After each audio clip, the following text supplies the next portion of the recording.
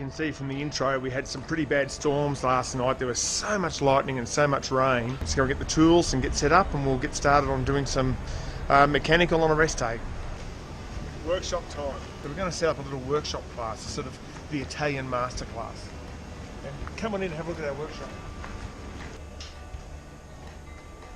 So during our time here in France and Italy, we have so many problems with bikes because of the extra heat and the extra load on the bikes.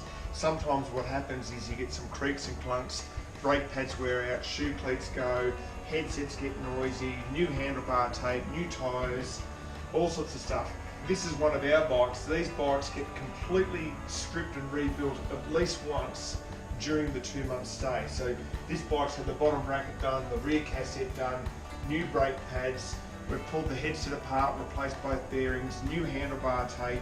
But today what we have is we have wheel buckles, we've got bent hangers, the gears don't work on one of them, front derailleur is dropping the chain, and it's all really simple stuff that as a mechanic we can fix really easily. We would really like them to actually participate, and they're really, really keen, so they're going to come down in a minute. But I'll just show you through our workshop.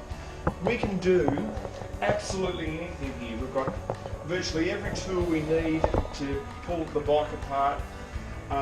We have 2 kits with spare parts and all the different spoke keys and different types of grease and all sorts of stuff for doing whatever we need to do is all in here somewhere, but it's pretty hard to find. Anyway, what we'll do is we'll get the bike out of the stand, we'll invite a few clients in and we'll start working with them and see if they want to get their hands dirty. Really cool. Oh, you do this, Sue. So that's got to go in there, Sue. Okay. I'll be your lucky. Okay. Tools. Scalpel. With fingers you can't cross thread it with fingers, it just gets tight. Got to go that way, so if you're tightening, you put it that way, and if you're loosening, you put it that way. Rightio. Okay. Rightio, so now what do you think of the alignment of that? Look from the top, It's still look from the back. pointing down. Rightio, so we're going to go, do you want to try this on your own this time? Don't touch that bit, that's dirty. Okay, so do this. So do Can I that. just show you Yeah, please, the way to do this? Grab the derailleur like that, Yeah. right, and you get it nearby, Yeah. like that. Put the tool in and just get it nearby. Rightio. And you can flex this around, and someone's going to hold the work stand. The cameraman. And Okay, so get you're it grabbing the that, and then I'll just move it up like that until it's right, and then Until it's start. cruising right. You'll need to put that thumb underneath because you're going to put it like that. That's Yeah. it. I need to be able to do Yeah. it Now twist it more, so that because the V screws touch. Yeah. I need to be More. able to do this stuff. That's it. All right. Yeah, so now I just need to do a little hand doobly like that. Yeah, just firm. This is really important with all gear adjustment for anything. There's limit screws, there's a V screw, and there's an adjustment screw. The limit screws absolutely stop the derailleur going into the spokes, Yep. if it's straight that is, and absolutely stop the chain from going down in between the frame here. There's a daylight gap between the chain and the next cog. So this is this little bit in just in here, is it? Yep. Okay, I can see daylight. This too. Okay, and I can see daylight through there too. Okay, so if we've got the limit screw on one, right, and I pull this to make sure it's all the way down so there's not another gear there. If I click it once, it should change. It changes perfectly. So, as tension rises on this with the spring and this rises with the cable, and there might be a little bit of slack in the bush here, it might go out of adjustment depending on how old it is as we go further upward, because there's more spring tension as we go up. Just one by one, go up, getting no chain noise. Now I'm going to check the top limit screw. This is the most important screw on the bike.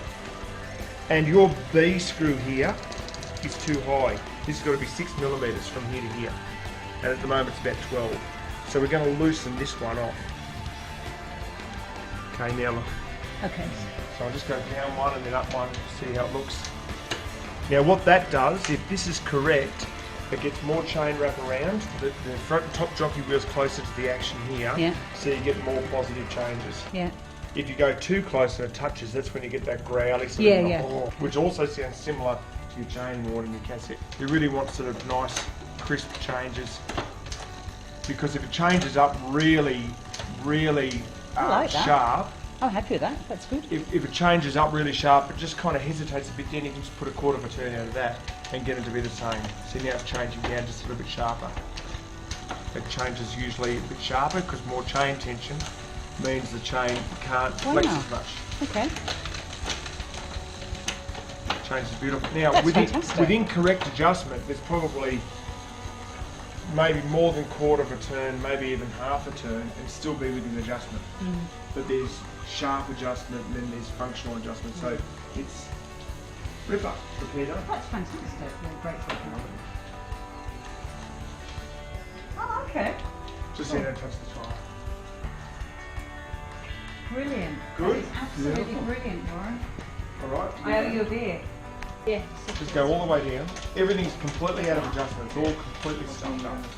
And the cable's close. So the first thing you need to do is work out whether the parameters are right. Right. The outside limit screw. Think of the bowling alley for kids when they put the little guards up. Yeah.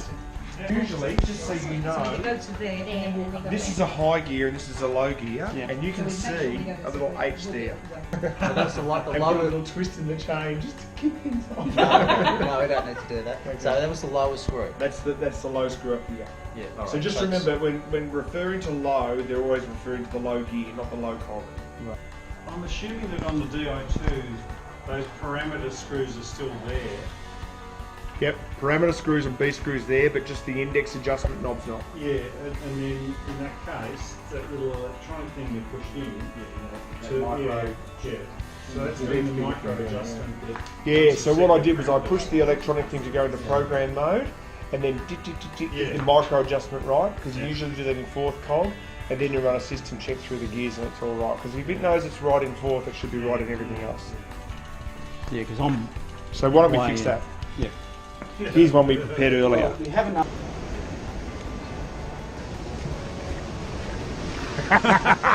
I thought I was going to catch him having a piss. Here he was. I thought you were going to come around this side. I was going to do the same thing. We've done all the bikes, everything's packed up, everyone's gone back to their room or gone for a little bit of a walk. We'll be able to head out in the morning, everyone's brakes work, everyone's gears work, all the creaks and clunks are gone, and everybody learnt a little bit too, so that's just that little bit extra.